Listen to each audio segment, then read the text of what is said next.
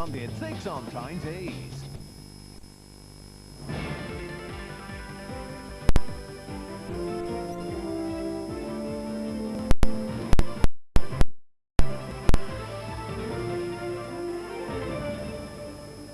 Hello, good evening. Welcome to the programme. Here are the main headlines this Thursday evening. Body in the wood, a post-mortem is now underway, but police think it's murder. Gas blast, a brother and sister hurt as an early morning explosion rocks their home. And red kites reintroduced, a new start on Tyneside for the birds hunted almost to extinction. And in sport, it's back to work for the footballers, the first day of pre-season training. So, what's new? Well, here at Sunderland's Academy, not as much as the manager would like. It's now looking increasingly likely that a man found lying dead in a remote pocket of woodland had been murdered. Teams of experts have been at the crime scene overnight and throughout the day.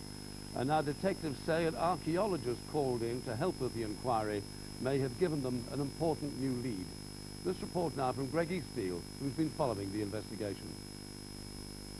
More than 24 hours on and the police vigil at the crime scene continues. It's already becoming clear that the investigation into a body found in a small stretch of woodland known as Starvation Clump in Nunthorpe village on the outskirts of Middlesbrough would be anything but easy to solve quickly. Hour after hour, different experts have been visiting the scene to join the hunt for clues. Forensic scientists had been due to remove the body from the area overnight last night, but postponed the operation to give them more time to gather evidence.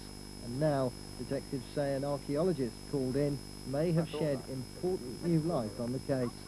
We had a meeting last night with the various forensic experts that were attending the scene, and one of them being an archaeologist. Today, further examination has been carried out of the scene, and the archaeologist is telling us that, in his opinion, the logs that are on the body have been placed there to conceal the man that we found yesterday. Officers say although the land where the body was found is private property, many walkers regularly pass through the area. Corpse, they say, may have been there for several weeks, and they're urging anyone who saw anything suspicious in the area to get in contact with them immediately. And we can cross live to the crime scene now near Nunthorpe village and join our reporter Greg Eastfield. Greg, there's clearly been a lot of activity there today. Any further developments tonight? Well, Mike, the police have now been here for around about 32 hours, and I can tell you that the body has just been taken from the scene here.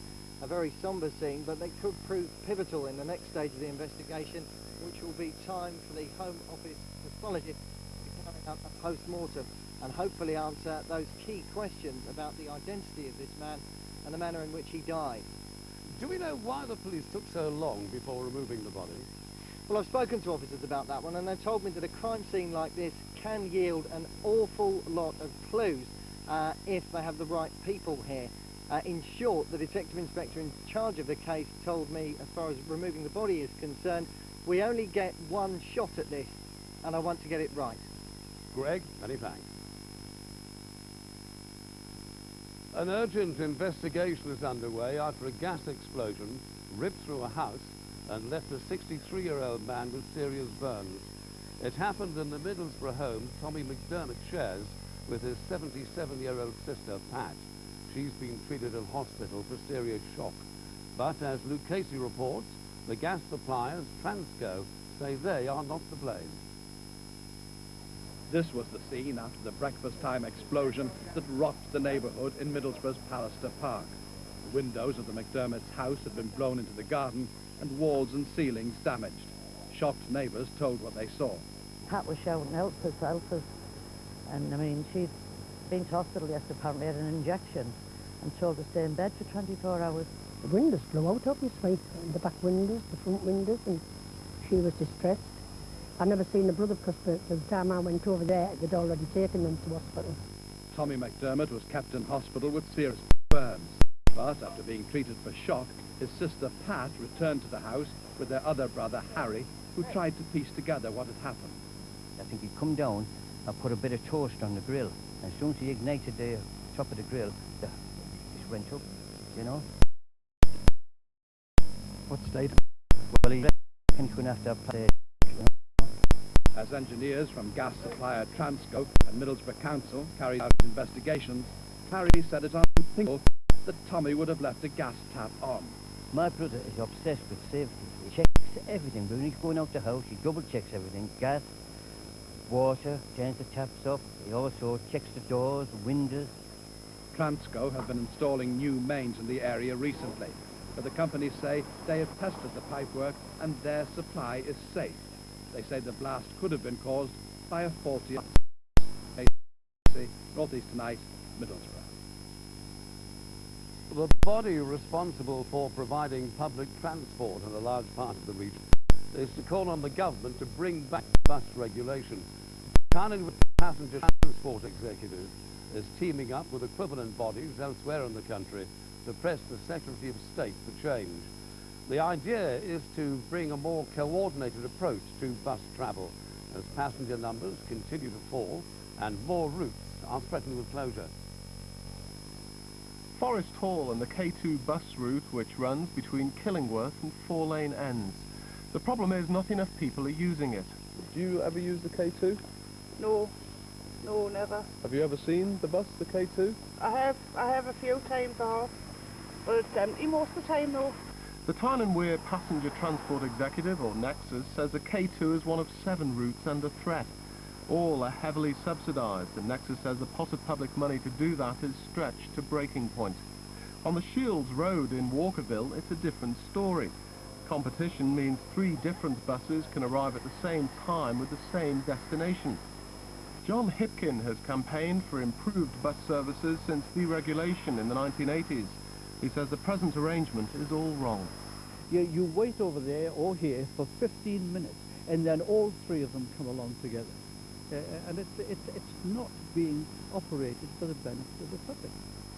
Under the current system, private bus companies have considerable freedom over their routes, fares and timetables. But passengers are voting with their feet. In the past decade across Tyne and Wear, passenger numbers have dropped by around 40%. Cost is a common complaint. I pay 50 pence a journey, and I resent it because the people in London and Birmingham don't pay anything. So what's the difference? The pensions the same. But all this could soon change. Nexus is teaming up with transport executives elsewhere in the country to push for the reintroduction of bus regulation, similar to London. Precisely how this would work is unclear, but those in favour say the emphasis would be on passengers rather than profit. Jonathan Hill, Northeast Tonight, Walkerville. The relatives of the Bali bombing victims, including 2 from the northeast, are considering taking the government to court over their handling of the tragedy. 18 Britons died when an explosion ripped through a nightclub. Among them was Ian Findlay from West Pelton in County Durham, who was travelling in the area, and Clive Walton, the son of 2 Sunderland city councillors.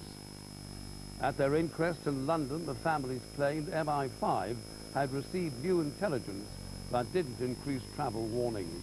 They'll be meeting with lawyers tomorrow over the possibility of legal action. Police are trying to identify a young man found hanging in the grounds of a hospital. His body was discovered yesterday morning outside St Nicholas's Hospital in Gosforth and Newcastle. He was slim with short cropped hair and aged between 17 and 25. Anyone who recognises the description is asked to contact police or the Newcastle Coroner's Office. There are no suspicious circumstances. In just 9 days' time, thousands of people will march in the streets to celebrate an industry that no longer exists. But at this year's Durham Miners Gala, among the many banners recalling the past, there'll be one that looks to the future. The village of Hordon, which once boasted the biggest coal mine in Europe, has been giving its image a makeover. Luke Casey reports. It's a scene that has always encapsulated the coal mining culture of Durham. With their bands and their banners, miners and their families proclaim their pride and their working class solidarity. As they march, they hold aloft images of life down the pit and portraits of their political heroes, men like Peter Lee and Keir Hardy, who fought for their rights. Everybody turned out, 7:30, doesn't matter what shift they were in the air, the band coming maybe 10 minutes before it got there, and they'd all be on the steps clapping as they went past. It was great for them, you know, the emotion But the once vast Durham coalfield has now been consigned to history, and former pit villages like Hordern find themselves stuck somewhere between the past and the future. Locals had this very much in mind when they got together to produce a brand new banner. Out went many of the old political images to be replaced by ones they felt were more relevant to a new age. This village was built around coal. In fact, it was built purposely to provide coal for this country. Unfortunately, the coal mine finished in 1985, and what we need the people of the village to do is to look forward into the future, to panaceas, and realise that there is life after the pits. The older miners have welcomed the new banner while still revering the traditional one it replaces. The banner that we've got behind us, you've got a young miner with these new overalls on, shaking hands with the old miner, future we built from the past, and this has gone a step further. It's a community banner now. It's a community banner and it depicts the village as it is. And hopefully the people of Hordern get behind that just as well as we did the miners' banners in the past. So, when the villagers of Hordern raise their new banner at this year's gala and see it dedicated in Durham Cathedral, they won't be turning their backs on their old heroes. On the contrary, they'll be remembering their example as they try to forge a new future. Luke Casey, North East Tonight. A huge red bird with a 5-foot wingspan could soon be a common sight in the northeast. There's a plan to reintroduce the red kite to the region more than 130 years after it was hunted to extinction up here. And it's perfectly possible that we could be seeing them soaring high above the Gateshead Metro Centre. The red kite's been gradually reintroduced in 6 projects across England and Scotland. But why Derwent Valley in Gateshead? It's a good place because one of our aspirations is to use this wonderful species to connect with people. Where we've done this before, we know that people warm to kites. They want to see them. They're excited by them. So it is a really good place to do it. I mean, what better place than on the edge of this wonderful Newcastle Gateshead conurbation with this wonderful resource laid out behind it. So, Derwent Valley's the right place. The RSPB, English Nature and Gateshead Council are just some of the people involved. Why is that?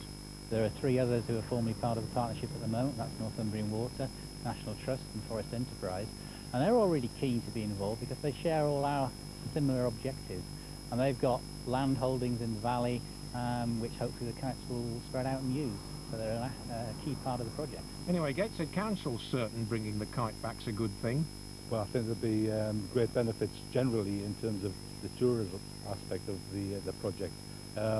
You know, people love wildlife generally, and I think they'll come from miles around to actually see this sort of thing. And of course, we've got some splendid things in Gateshead and on Tyneside and in the northeast generally, and it just adds to the attractions of the area, and I think it'll be a great tourism boom. The first birds are due to be released next year. And by the way, the red kite's a bird that prefers its food rather less than alive, so there's no need to worry about Tiddles or Rover disappearing from the back garden in the grip of a pair of giant talons. Rob Williams, North East Tonight, Derwent Valley. Well, kites of a non-feathered variety now, and one of the biggest kite festivals in Europe gets underway this weekend in the region. Thousands of people are expected at the event, which has drawn some of the best kite makers and flyers from around the world. Rehearsals for the show taking place today, and our man, Jonathan Burrell, who just loves kites, was there to take a look. The weather was anything but perfect as some of this year's kites were put on show over Washington. In fact, it was more like November than a midsummer's day, but at least there was a brisk wind which allowed some of the unusual designs to fly. This year, kite makers from Japan, China, Cambodia, Germany, Malaysia and Australia have come to the region to show off their creations. Michael Alvarez is from Perth in Australia, where he makes and flies box kites.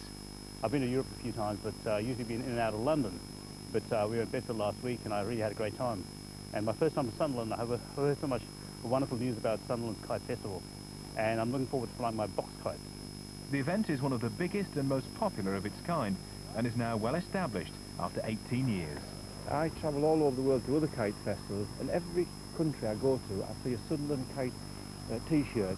So it's spread around the world, and all the kite flyers have been before. They want to come back because of the hospitality of the people in the northeast, and they really enjoy coming to Sunderland very much and taking part. It's a rather unusual one. It's the biggest festival in Europe, this kite festival. If kites aren't your thing, then there's plenty of other entertainment available this weekend. On the ground, we've actually got a music and dance marquee Within the music and dance market, we've got international musicians, we've got local schools and community groups performing dance routines. We've got a craft fair, again, international and national crafts. The organisers, of course, are hoping for blue skies and sunshine, but whatever the weather, the kites will be flying, and they're expecting about 30,000 people to flock here over the weekend. Jonathan Morell, North East Tonight, Washington. Well, now, I hope you all went for a run this morning. You've only got 5 weeks to get fit for the start of the new football season. Our top professional players returned to work this morning, though, Dawn. Yes, Mike, they did, and some were fitter than others, of course. We've been inside the training grounds with Middlesbrough and Sunderland today, but Newcastle kept the media locked out. United tried to keep their new signing away from the cameras. Jonathan Woodgate helped to smuggle Lee Bowyer into the training ground, although senior pro Gary Speed had no reason to hide. Speed and his Welsh teammate Craig Bellamy will both be available for Newcastle's first game of the season, despite an international match the same week. And they may well have another new teammate by then. Barcelona star Patrick Kluivert has been linked with a move to St James's Park. Newcastle, though, say they haven't made an offer, but Kluivert's agent says they have. So watch this space. Middlesbrough boss Steve McLaren expects to be making a few offers to players over the coming weeks. But as the Teessiders got back together today, the manager admitted he's not surprised that things have been moving slowly in the transfer market. Business may be slow in football's trading markets, but the Middlesbrough players were expected to be straight up to speed as they reported back for the hard slog of pre-season. Borough are employing their most high-tech training programme ever. No stone will be left unturned by the backroom staff in a bid to get the squad in the best possible shape for next month's Premiership kick-off. But will Borough be bringing in any new faces to join in this space-age preparations? Football in general is very quiet. People are very reluctant to spend money because basically they haven't got any. But we're in a fortunate position. The chairman's very ambitious, as we showed yesterday by just in the last minute trying to bring David Dunn to this football club. That didn't work, too far down the line with Birmingham. But the search goes on and it changes daily. The situation with Jeremy seems to change daily as well, but Borough's long-term transfer target isn't thinking about football just now. I spoke to him the other day and unfortunately he's very saddened by the loss of his friend, Mark Vivian Foe. And so to think about football for the next month, as he says, is very difficult for him. So we'll look at other things and we'll keep that one on the back burner. Another name that was mentioned through the club was Kevin Phillips. Is there anything ongoing there? No, not at the present moment. We've enough strikers in the side. That was pure speculation. But I look at the side and the nucleus that we've got there, the backbone, the age, the experience is tremendous. We can see that team going forward for the next 3 or 4 years together. So there won't be that many changes as there has been over the last 2 years when we've turned things around completely. Well, Mick McCarthy hasn't completely changed his squad either. In fact, he hasn't changed it at all. It's not for the lack of trying, but so far, no one's made a firm offer for any of the club's top players. They've a new season to look forward to, albeit in the First Division, and even a new training kit. But there was a distinct lack of new faces. Speculation's rife over where the top players might go, but so far no movement, and the manager's hands are tied. Unless players leave the football club, I won't be able to bring anybody else in. What we have got, though, we have got some good players, and if they're not gone, we'll have, I keep saying, well, if they don't go, I'll have a good team. If they do go, I might have to remould and rejig and find a few players and build another team. But that's something I believe I'm capable of doing, and it's exciting as well. Mick McCarthy can't plan ahead. He expects some transfer action soon, but he's not worrying about what he can't change. I guess the frustration is he's coming back with the players, starting with them. It's not so bad if it happens this week, next week, maybe the week after even. But if at some stage I said, right, I've sort of set in my mind what my team wants to be and what my squad, and then early August we could be into playing, and somebody leaves, that will be different altogether. The departure of Bernd Haas and David Bellion will raise much needed cash, but he'll need more if Republic of Ireland midfielder Colin Healy is to join Sunderland's ranks. I've not got him sort of lined up to do it, but I've spoken to him. I've spoken to his agent because he's a player that will be a good player for us, but like I say, if circumstances dictate that I can't sign him, If he signs elsewhere, good luck to him. McCarthy would be sad to see Phillips go, but knows it may be the catalyst he needs to rediscover his form. Somebody's going to get a bargain. I'm not talking about the price, but I think he'll spark off again when he gets a move, and he'll start scoring goals again. He'll get a bargain. Well, Geordie Rugby League star Chris Thorman has politely declined the offer of becoming an honorary Yorkshireman. Thorman helped the White Rose County to a famous victory over rivals Lancashire last night. Chris plays for the London Broncos and was a guest player for Yorkshire in their surprise 56-6 victory in this season's Origin game. The 22-year-old comes from a strong rugby league family here in the North East. His two brothers both play for the Gateshead Thunder. Thorman scored 20 points, including a try and 8 conversions, and was named man of the match. Well, Yorkshire are going well in their latest county championship cricket match as well. Their first innings lasted the best part of the first 2 days at Derby, eventually coming to an end on 444. Derbyshire have made a dreadful start. They're 52 for 4. Not so good for Durham though. Worcester all out for 120. They trailed Worcestershire's first innings total by 98 runs. The home side managed 198 in their second innings, setting Durham a target of 297 to win. They're currently 88 for 2. And racing finally, well, Doug Moscroft's Tip runs tomorrow night at Haydock Park. It's number 4, Sea Storm, and that one goes in the 8:25, Mike. Thanks a lot, Dawn. Now, in this week's What's On, we've a healthy dose of comedy from one of the UK's top comedians. But first, Mark Davenport previews a dance show soon to arrive in Newcastle. Is performing in Newcastle on the 8th and 9th of July. My dad said something to me weird the other day. He said, any time, Tom, that I can't sleep, I try to remember something that I've never remembered before.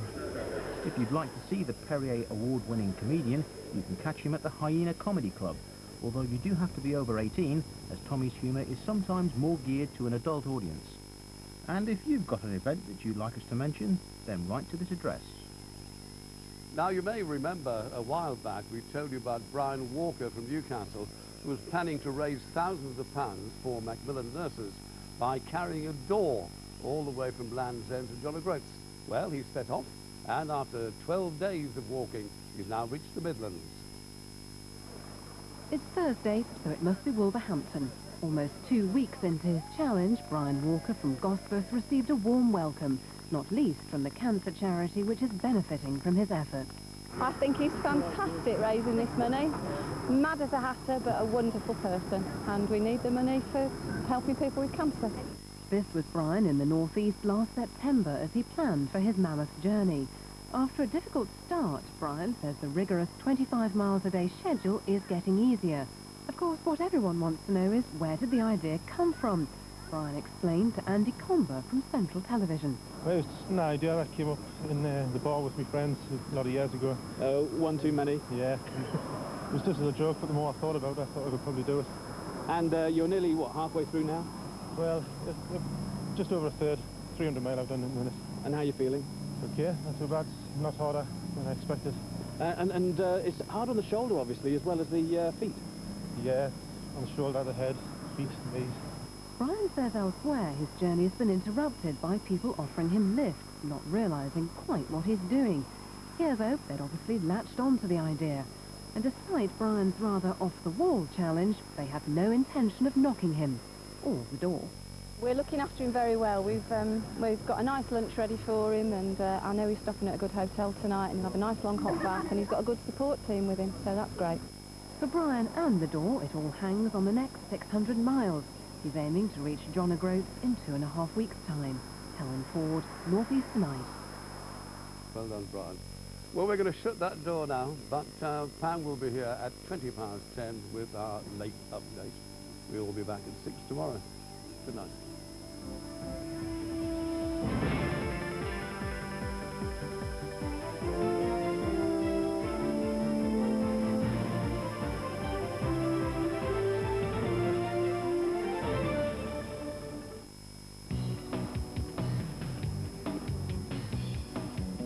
The pollen count. Sponsored by Benadryl, one a day. Well, with not much in the way of sunshine over the last few days, pollen counts have decreased, which has meant a little bit of relief for hay fever sufferers. Although some cloud tomorrow, there will be less rain, and in any sunny spells, the pollen count could reach high. But overall tomorrow, across the northeast, levels should stay at around moderate.